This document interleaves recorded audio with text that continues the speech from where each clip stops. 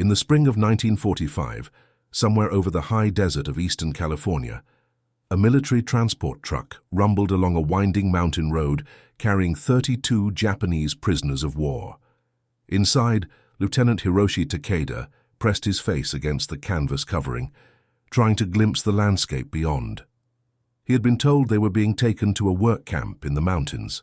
Like every other prisoner who had spent months behind barbed wire at the internment facility near Fresno, he expected more fences, more guard towers, more grey concrete buildings surrounded by dust and despair. None of them could have imagined what awaited them in the Sierra Nevada. Before we dive into this story, make sure to subscribe to the channel and tell me in the comments where you're watching from. It really helps support the channel. What these men were about to witness would fundamentally challenge everything they believed about their enemy, transforming hardened soldiers into ambassadors of an impossible truth that many back home would refuse to believe. The journey had begun 3 days earlier, when Captain Robert Morrison of the United States Army Corps of Engineers received unusual orders from his commanding officer. Morrison, a 34-year-old forestry engineer from Oregon, had spent the previous year overseeing German and Italian prisoners, working on infrastructure projects throughout California. But this assignment was different. He was to select a group of Japanese prisoners, specifically those with engineering or construction backgrounds, and transport them to Yosemite Valley for a special rehabilitation project. Morrison remembered standing in the commandant's office at Camp Stockton, reading the orders with confusion. The war in Europe had just ended weeks earlier, and the Pacific conflict was entering its final, brutal phase. Why would the military authorize taking enemy prisoners to one of America's most treasured national parks? The commandant, Colonel James Whitaker, had explained it with characteristic bluntness. The war would end eventually, Whitaker said, and when it did, these men would return to Japan carrying stories about America. Better those stories include something beyond barbed wire and guard towers. Besides, Yosemite desperately needed workers to repair infrastructure damaged by years of wartime neglect, and civilian labor was scarce with so many men still fighting in the Pacific. Morrison had selected his prisoners carefully. Lieutenant Hiroshi Takeda had been a civil engineer in Osaka before the conflict. Sergeant Kenji Yamamoto had worked on bridge construction. Private First Class Toshiro Nakamura had studied forestry at university. Each man possessed skills that would be valuable for the work ahead, but more importantly, each had demonstrated what Morrison called adaptive capacity, the ability to accept their circumstances and work cooperatively despite their prisoner status. On the morning they departed Camp Stockton, Morrison addressed the group in the dusty assembly yard. Through his interpreter, Corporal Daniel Chen, a Chinese-American soldier from San Francisco, he explained they would be working on trail repairs and infrastructure maintenance in Yosemite National Park.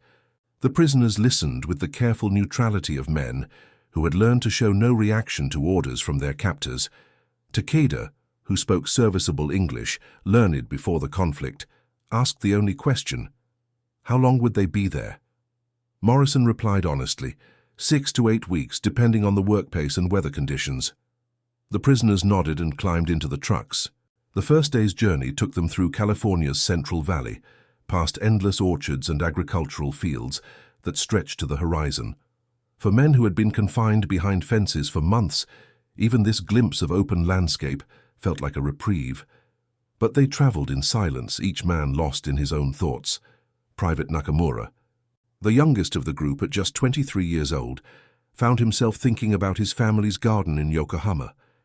He wondered if it still existed, if his parents had survived the bombing campaigns that he heard whispered about in camp. The vast farmlands they passed seemed impossibly abundant, field after field of crops growing in soil that appeared rich and black, so different from the carefully tended plots he remembered from home. That evening, they made camp in a clearing near a place called Mariposa, at the western edge of the Sierra Nevada foothills. As the prisoners set up their sleeping areas under Morrison's watchful but not unkind supervision, Sergeant Yamamoto stood apart, studying the darkening mountains to the east. He had grown up in Hiroshima, a city of rivers and distant peaks, but nothing in his experience had prepared him for the sheer scale of these mountains rising before them. Morrison noticed Yamamoto's attention and walked over, offering a cigarette. Through Corporal Chen, they shared a brief conversation about mountains. Yamamoto asked about the height of the peaks ahead. Morrison told him that some exceeded 10,000 feet. Yamamoto did silent calculations, converting to a measurement scale he understood, and his eyes widened slightly.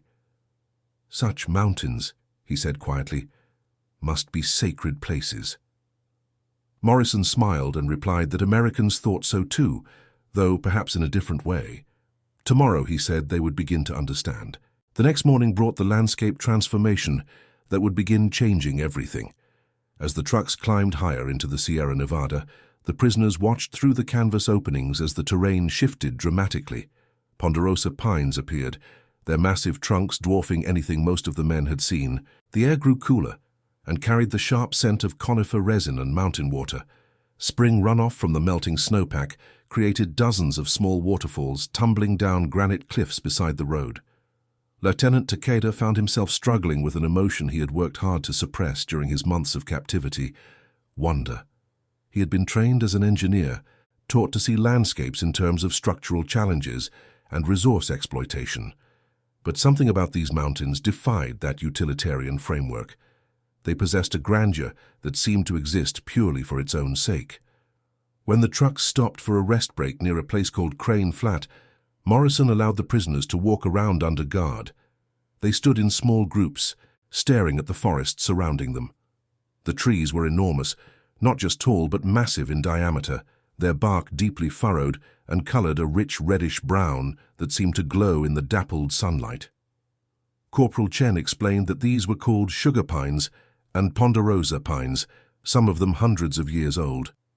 The prisoners walked carefully among them, some reaching out to touch the bark, as if confirming the reality of their size. Private Nakamura, with his forestry background, tried to estimate the age of one massive specimen and gave up, overwhelmed by the calculation. But it was what happened next that truly began the transformation. The trucks descended into Yosemite Valley through a winding road that Morrison had traveled dozens of times. He knew the exact moment when the vista would open up, when passengers would get their first full view of the valley floor and the granite monoliths rising on either side. He had seen that moment affect people before, park visitors arriving from cities and farms across America, their faces registering awe and something approaching reverence. He wondered how enemy soldiers, men taught to hate everything American, would react to the same sight. When the view opened up, Morrison heard the collective gasp from the truck bed behind him, even over the engine noise. He called for the convoy to stop at the designated pull-off where park visitors typically took photographs. Then he made a decision that wasn't in his orders, but that felt necessary in the moment. He told the guards to let the prisoners out. What followed became one of the most powerful moments of Morrison's life, one he would describe decades later in his memoirs with an emotional clarity that never faded. The Japanese prisoners climbed slowly from the trucks and then simply stopped, frozen in place as they took in the scene before them. Yosemite Valley stretched out below, 5 miles of meadows and forest flanked by granite walls that soared thousands of feet into the cloudless spring sky. El Capitan dominated the northern wall, its sheer face catching the afternoon light. Across the valley, Bridal Veil Fall plunged 620 feet in a cascading ribbon of white water, and dominating the eastern end of the valley, partially visible in the distance, Half Dome rose like a monument to geological time itself. No one spoke for what felt like several minutes. Some of the prisoners just stared, their faces blank with an emotion too large to immediately process. Others openly wept. Lieutenant Takeda fell to his knees, his hands pressed against the ground as if needing to confirm the solidity of the earth beneath him. Sergeant Yamamoto turned to Corporal Chen, with tears streaming down his face, and spoke rapidly in Japanese. Chen translated haltingly, clearly affected himself by the scene. Yamamoto was saying this could not be real, that no country that possessed such beauty would allow enemies to see it, that it must be some kind of elaborate deception or propaganda. Morrison approached Takeda, who was still kneeling at the overlook's edge.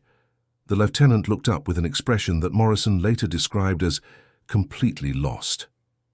In halting English, Takeda said something Morrison never forgot. "This is what you were defending," he said. "This is why you fought so hard." Morrison replied quietly that yes, this was part of it, but more than that, this belonged to everyone, including them, at least for the next few weeks. The descent into the valley took another hour, and the prisoners spent it in unusual silence, each man absorbed in his own thoughts. When they finally reached the valley floor and were assigned to their barracks near Camp Curry, the reality of their situation began to settle in. They were prisoners, yes, but they were prisoners in what felt like a sanctuary. The work began the following morning. Morrison assigned the men to various projects throughout the valley. Some worked on repairing trails damaged by winter storms. Others helped reconstruct footbridges washed out by spring flooding. Lieutenant Takeda and several others with engineering backgrounds were assigned to assess and repair the water system that supplied the valley's facilities. But the work, while genuine, was secondary to something else happening among the prisoners. Each day brought new encounters with the park's overwhelming beauty. Each day challenged their assumptions about America and Americans in ways that no propaganda could have countered. Private Nakamura was assigned to trail work on the path leading to Vernal Fall. On his third day, working under the supervision of a park ranger named Thomas Caldwell, he experienced something that would change his understanding of the conflict forever. Caldwell, a man in his 50s who had worked in Yosemite for 20 years, spoke no Japanese, and Nakamura's English was limited. But as they worked together clearing debris from the trail, they developed a communication based on gestures, shared problem-solving, and what Nakamura later described as mutual respect. During their lunch break, sitting on rocks beside the Merced River with the fall's thunder echoing through the canyon above them, Caldwell shared his sandwich with Nakamura, not as charity, not with the patronizing air of a captor feeding a prisoner, but with the easy generosity of one working man sharing food with another. Then Caldwell pulled out a small photograph from his wallet and showed it to Nakamura. It was a young man in military uniform, handsome and smiling. Caldwell pointed to the photo, then to himself, then made a gesture that indicated loss. Nakamura understood. Caldwell's son had been lost in the Pacific conflict. The implications of this simple exchange stunned the young prisoner. This man, whose son had perhaps fallen in a battle involving Japanese forces, was sharing his food and treating him with kindness. How could such a thing be possible? Caldwell seemed to read the confusion in Nakamura's face. He pointed to the waterfall above them, then to the mountains surrounding the valley, then to both of them. Some things, his gesture seemed to say, existed beyond the conflict.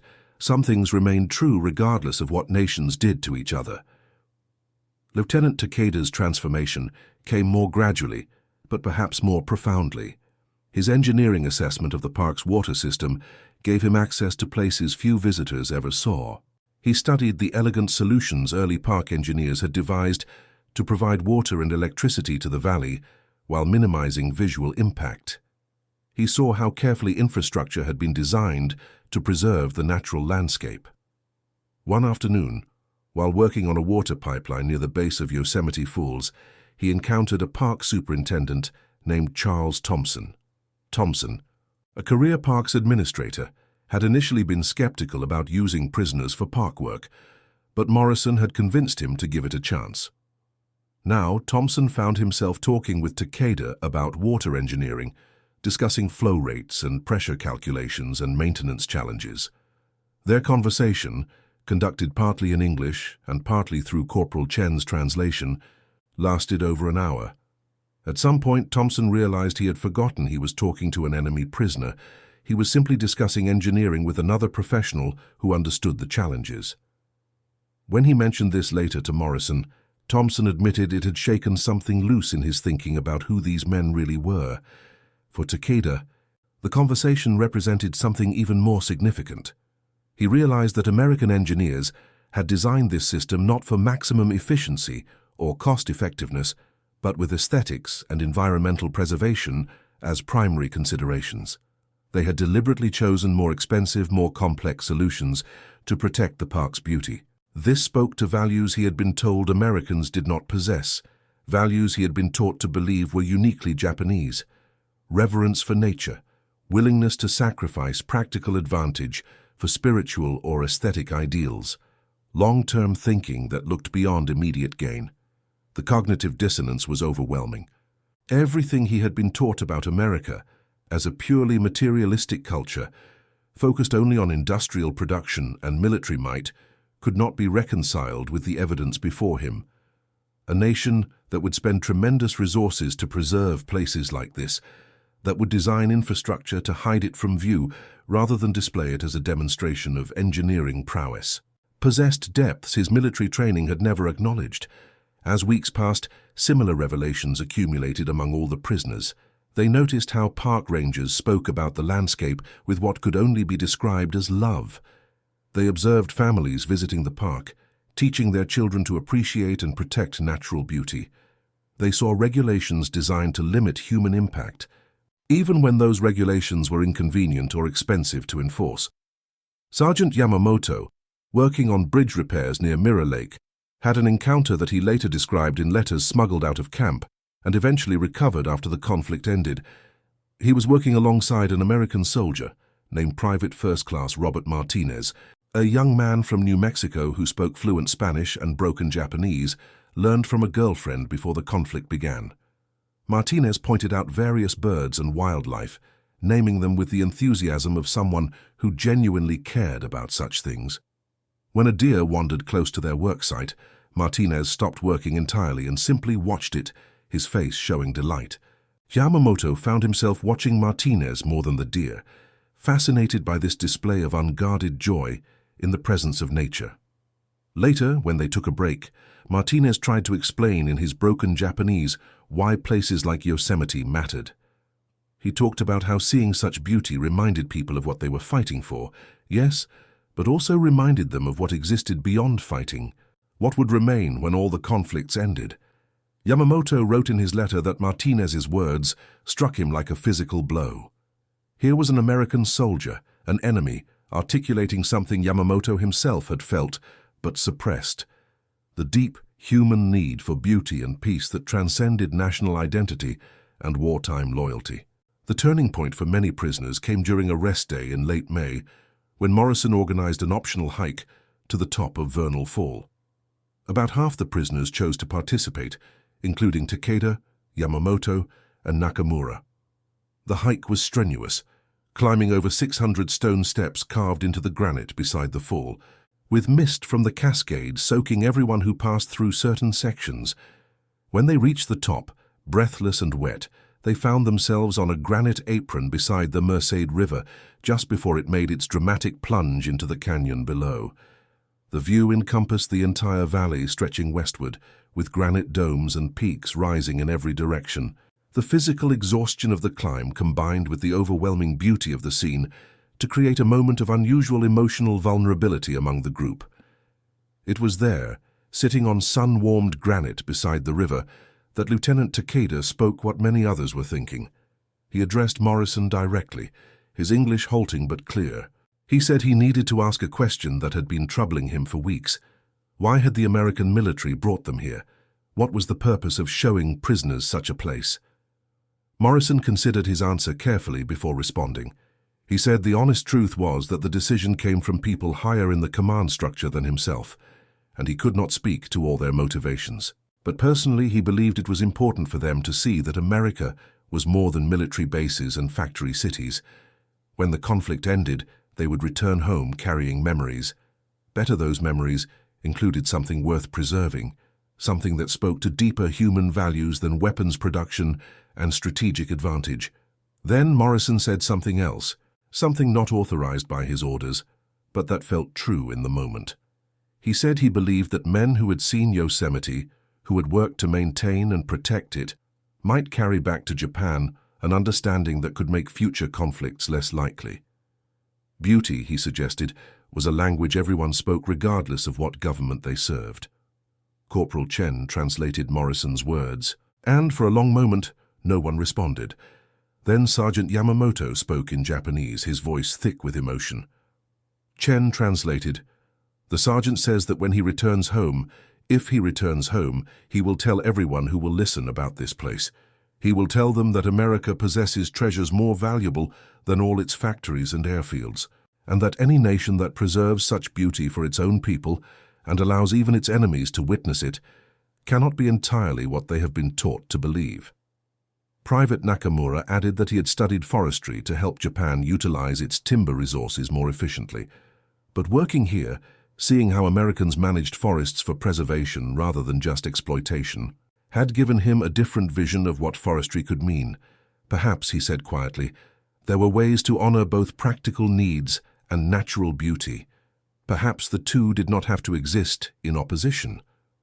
The group sat in silence after that, watching the river flow toward its precipitous drop, listening to the constant roar of the falls below. Something had shifted among them, some fundamental understanding about the conflict they were part of, and what might lie beyond it. The remaining weeks passed quickly. The prisoners completed their assigned projects with unusual dedication, working not just as ordered labor, but as men who had developed genuine care for the place they were helping to maintain. They repaired miles of trails, reconstructed several bridges, overhauled significant portions of the water system, and completed various other infrastructure projects that would serve park visitors for years to come. But more than the physical work, they absorbed experiences that would prove historically significant in unexpected ways. When Japan surrendered in August of 1945, the Yosemite prisoners were still completing their work assignment. The news reached them in the valley on the evening of August 15th, transmitted by radio to park headquarters, and then carried by Morrison to the prisoners' camp. The reaction among the Japanese prisoners was complex. Relief mixed with grief, mixed with shame, mixed with uncertainty about what would come next. They had lost. Their nation had surrendered. Everything they had fought for, everything they had believed about the conflict's necessity and righteousness, had ended in complete defeat. But that night, sitting around campfires in the valley with Half-Dome's granite face glowing in the last light of sunset, Lieutenant Takeda found himself feeling something unexpected alongside the grief and shame.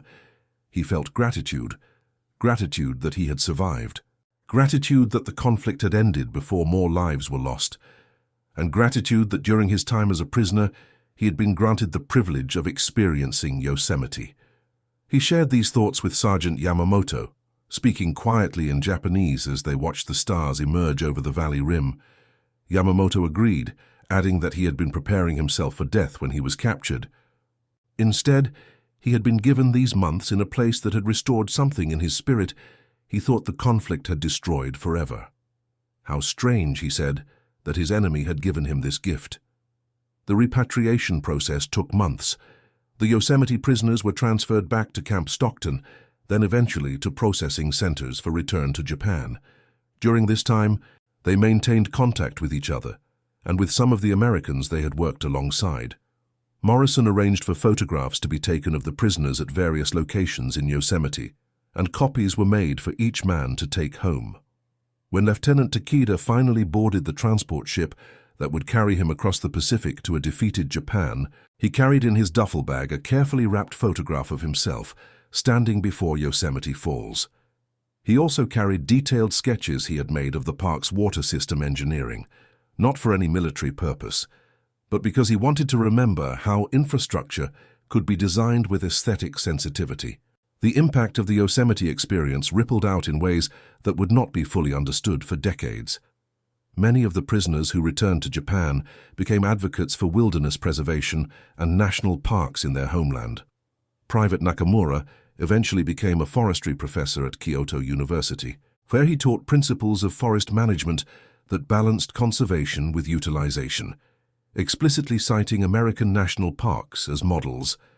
Lieutenant Takeda worked on civil engineering projects throughout post-war Japan, but he also became involved in efforts to establish Japanese national parks. In a memoir published in the 1970s, he described his time in Yosemite as the beginning of his true education in what engineering could achieve when guided by values beyond pure functionality. Sergeant Yamamoto's story took a different but equally significant turn. He became a middle school teacher in Hiroshima after the conflict, and for 30 years he taught students about geography, history, and what he called the geography of peace. On the anniversary of Japan's surrender each year, he would tell his students about Yosemite Valley, about working alongside former enemies in a place of such beauty that it transcended national identity. His students, growing up in a city rebuilding from nuclear destruction, found in their teachers' stories about American mountains and waterfalls a message of hope, that beauty could survive catastrophe, that former enemies could share common ground, that places existed in the world worth preserving even when everything else seemed consumed by conflict and destruction. Captain Morrison continued his forestry career after the military, working for the National Park Service for over 20 years. He maintained correspondence with several of the Japanese prisoners for the rest of his life. In his personal papers, donated to the Yosemite Museum after his passing in 1992, researchers found letters from Takeda, Yamamoto, Nakamura, and others spanning decades. The letters spoke of careers, families, travels, and always returned to memories of that spring and summer in 1945, when former enemies worked together in Yosemite Valley. One letter from Takeda, written in 1968, particularly captured the long-term significance of their experience. Takeda wrote that he had recently returned to Yosemite as a tourist, bringing his wife and daughter to see the place that had so profoundly affected him. Standing once again before Yosemite Falls, he found himself overwhelmed with emotion at how much had changed since his first visit as a prisoner, and how much had remained the same. The valley looked exactly as he remembered, Takeda wrote. The granite walls still soared toward the sky. The waterfalls still thundered with spring runoff. The meadows still blazed with wildflowers in summer, but he was no longer a defeated prisoner expecting death or permanent captivity. He was a free man, visiting with his family, able to appreciate the beauty without the shadow of conflict and captivity coloring every moment. Yet, he continued, something essential from that first visit remained: the sense of wonder, the humility before natural grandeur, the understanding that beauty existed beyond human conflict and would endure long after all human dramas had faded. These lessons, learned during the darkest period of his life, had shaped everything that came after. Morrison replied to that letter with one of his own, now also preserved in the museum archives. He wrote that bringing those prisoners to Yosemite had been among the most meaningful decisions of his military service, not because of any strategic value, not because it demonstrated American superiority, but because it reminded him that even in the midst of the most destructive conflict in human history, spaces existed where common humanity could emerge. The official military records of the Yosemite prisoner work program are sparse, documenting only the basic facts of the project: 32 Japanese prisoners, 8 weeks of infrastructure work, all projects completed satisfactorily, no incidents or escapes. The bureaucratic language captured nothing of what actually occurred in that valley during those months. But the personal records, the letters, memoirs, photographs, and oral histories collected over subsequent decades, tell a different story. They document transformation, not through propaganda or indoctrination, but through direct experience of beauty that transcended national boundaries. They show how a landscape could communicate values more effectively than any rhetoric. In the decades since, historians have debated the Yosemite prisoner program's significance. Some argue it represented shrewd psychological warfare, a calculated effort to influence how returning prisoners would perceive America. Others contend it was simply a practical solution to wartime labor shortages, with any transformative effects being unintended consequences. But for the men who were there, both prisoners and guards, both Americans and Japanese, the experience meant something simpler and more profound. It meant standing together before something greater than themselves. It meant recognizing shared humanity through shared wonder. It meant understanding that beauty could exist alongside horror, that the same nation capable of industrial warfare could also preserve wilderness for its inherent value. The lesson extended beyond the individuals involved. In post-war Japan, as the nation rebuilt and redefined its relationship with both the United States and the natural world, the stories carried back by prisoners like Takeda, Yamamoto, and Nakamura contributed to a broader cultural conversation about conservation, international relations, and the values worth preserving across different cultures. Some of those prisoners became involved in the movement to establish national parks in Japan, drawing explicitly on the American model they had witnessed during their captivity. The establishment of Chubu Sangaku National Park, Daisetsuzen National Park, and others in the post-war period owed something to the vision of men who had experienced Yosemite and understood what protecting natural beauty could mean for a nation's character. The story came full circle in ways none of the original participants could have anticipated. In 1995, exactly 50 years after Japan's surrender, a delegation of Japanese officials visited Yosemite to commemorate the anniversary and to honor the prisoner program's unexpected legacy. Among them was Professor Toshiro Nakamura, then 73 years old, returning to the valley he had last seen as a young prisoner of war. Nakamura stood once again on the overlook where he had first glimpsed the valley, now surrounded by Japanese tourists who had no memory of the conflict, for whom Yosemite was simply one of the world's great natural wonders to be appreciated and photographed. He spoke briefly to assembled guests about what the valley had meant to him as a young prisoner, how it had planted seeds of understanding that took decades to fully flower.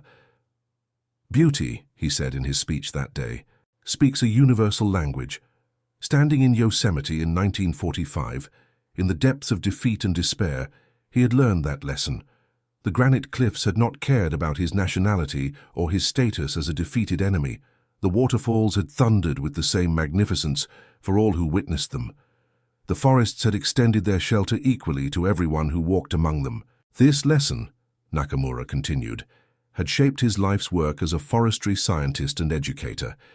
It had taught him that environmental preservation was not a luxury for wealthy nations, but a necessity for human well-being across all cultures. It had shown him that some values transcended politics and remained true regardless of who held power or how national boundaries shifted across maps. In the audience for that speech was Captain Morrison's daughter, representing her father who had passed 3 years earlier. After the ceremony, she presented Professor Nakamura with one of her father's personal journals from the summer of 1945. In it, Morrison had recorded his observations about the prisoner work program, including detailed notes about individual prisoners and their reactions to the valley. Nakamura spent that evening reading Morrison's journal in his hotel room, seeing himself and his fellow prisoners through the eyes of the American captain who had supervised their work. What struck him most was Morrison's evident respect for them, his recognition of their intelligence and capabilities, his hope that the experience would carry meaning for them beyond the immediate practical value of their labor. In one entry, Morrison had written about watching the prisoners during that rest-day hike to Vernal Fall. He noted how their faces had transformed over the weeks, how the defensive hardness had gradually softened as they absorbed the valley's beauty. He wondered whether this small gesture, bringing a handful of enemy prisoners to an American national park, might in some tiny way contribute to a more peaceful future. Reading those words 50 years later, Nakamura realized that Morrison's hope had been fulfilled beyond what the captain could have imagined. The experience had indeed shaped the futures of those who were there, had contributed to post-war understanding between former enemies, had planted seeds of environmental awareness that had grown into significant conservation efforts in Japan. And that concludes our story. If you made it this far, please share your thoughts in the comments. What part of this historical account surprised you most? Don't forget to subscribe for more untold stories from World War II and check out the video on screen for another incredible tale from history. Until next time.